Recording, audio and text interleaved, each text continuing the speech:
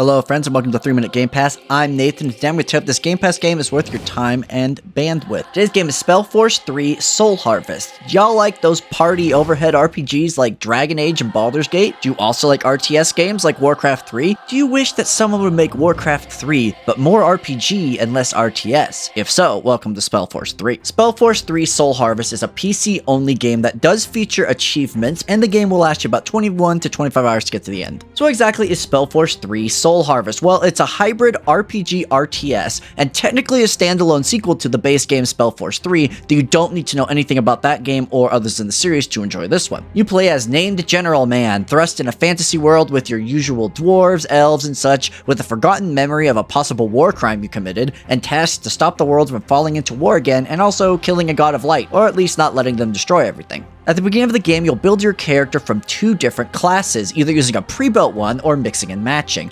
All hero characters you encounter also have two of these classes, and each class has its own unique skill tree. This game is played as a hybrid RPG RTS and feels a lot like real-time Baldur's Gate. You have a party of 4 heroes, which include mercenaries that have the aforementioned 2 class types, meaning you can build a team of tank, DPS, spellcaster, and healer with some options for variability. Most of the game you'll be engaging in real-time combat, but with the neat trick of all your quick bounce skills easily accessible via holding Alt, which also slows down time and lets you make crucial combat decisions. Most main quests involve honest-to-God RTS base building and unit creation. This is done by capturing zones of control, each of which have a set amount of workers, which can be upgraded, that you then use to mine resources within that zone. Destroying enemy outposts captures their zones for yourself and allows for you to expand as well as gather more resources. And of course, you'll also be building armies of expendable units that will accompany your heroes as you try to take over. Most quests follow the similar pattern, though there's a wide range of races you get to play, both as and against, and each of them are unique in the RTS section, so the game's RTS bit never really gets tired over the 20 hours of gameplay. So based on the mission, you're either going to be doing RTS bits or just using your heroes to conquer an area to complete quests and continue the game's story. So what do I like about Spellforce 3 Soul Harvest? Well, this hybrid of genres mixes so well together, I'm surprised no one else has tried this after Warcraft 3. The game seamlessly moves between real-time RPG, skill-based hero combat, and army base building, and the fact that both modes complement each other is just great. Multi-classing mercenaries of different races and types also is really fun and makes forming the ultimate party a really great challenge. And the fact your whole party levels up rather than individual people means you can experiment without having to worry about grinding up new mercs to get to the level of your team. And lastly, the story is genuinely interesting with some really neat boss encounters, a rich world to explore, and some fantastic side quests to engage in if you want to break from the main story.